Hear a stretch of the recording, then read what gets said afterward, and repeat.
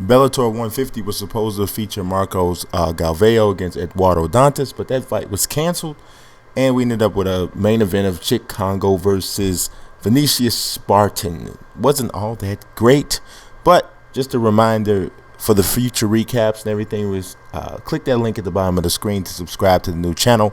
This will be the last recap on this channel. So moving into the card, at least the main card, we saw Routh hand Lena Ovchinnikova. Ovchinnikova. There it is. Ovchinnikova. We saw her. She came in very hyped. She's a respected kickboxer, but we found out that she doesn't necessarily have her game tight on the mixed martial arts side. Routh was able to use her superior strength in wrestling to keep her basically pinned to the mat or against the cage for most of the fight. Routh's punches weren't doing a ton of damage, but she was able to smother Ovchinnikova's attempts to use her striking skills, and Routh controlled positioning throughout the fight. So she's got a little bit to learn basically about mixed martial arts. It's not just going to be striking. You're going to get people that are going to try to close the distance, smother your strikes, and it created a challenge she wasn't quite ready to overcome. To me, the most impressive performance of the night was from Chuka, the Lion King Willis. He dominated the second and third rounds to defeat a previously undefeated Gaston Reno via unanimous decision. He could have probably stopped Reno in the second round. He dropped him with a right hand, but I think he was a little bit gassed because he had to escape a pretty tight guillotine attempt from the first round. And so he had enough to drop him, but I don't think he had enough to finish him. But nonetheless, he had enough to look great in the fight. If you consider he's only 22 years old, his future is pretty bright. Now, arguably another of the most impressive performances of the night came from Kendall Grove. Kendall Grove has had a really up and down career. He's lost some big fights. He had some time in the UFC. Things didn't quite work out there.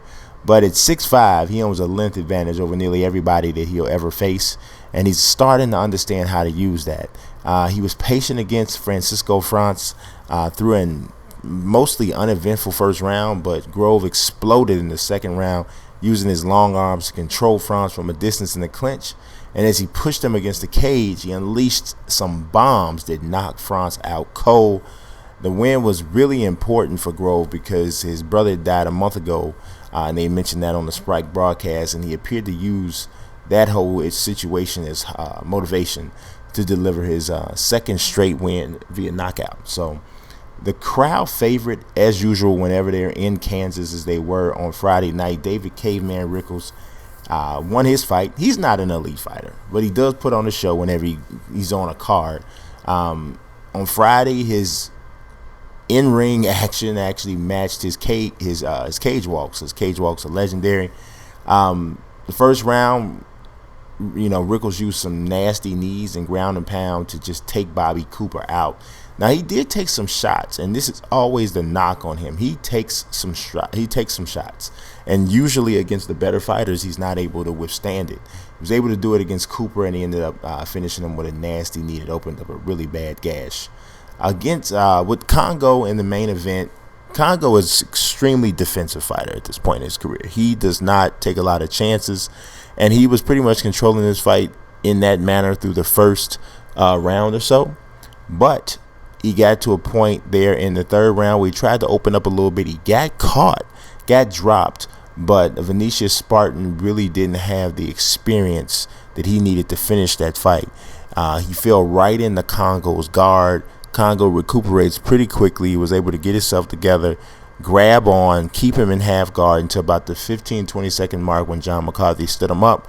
Wasn't enough time for Spartan to finish the fight, and because he had pretty much lost the first two rounds on the sensible cards, that pretty much ended it for him. So he had a last-ditch effort, but he couldn't get it done. Kongo's 40 years old. I still don't think he can beat elite heavyweights, but he did win on Friday night, which does obviously count for something.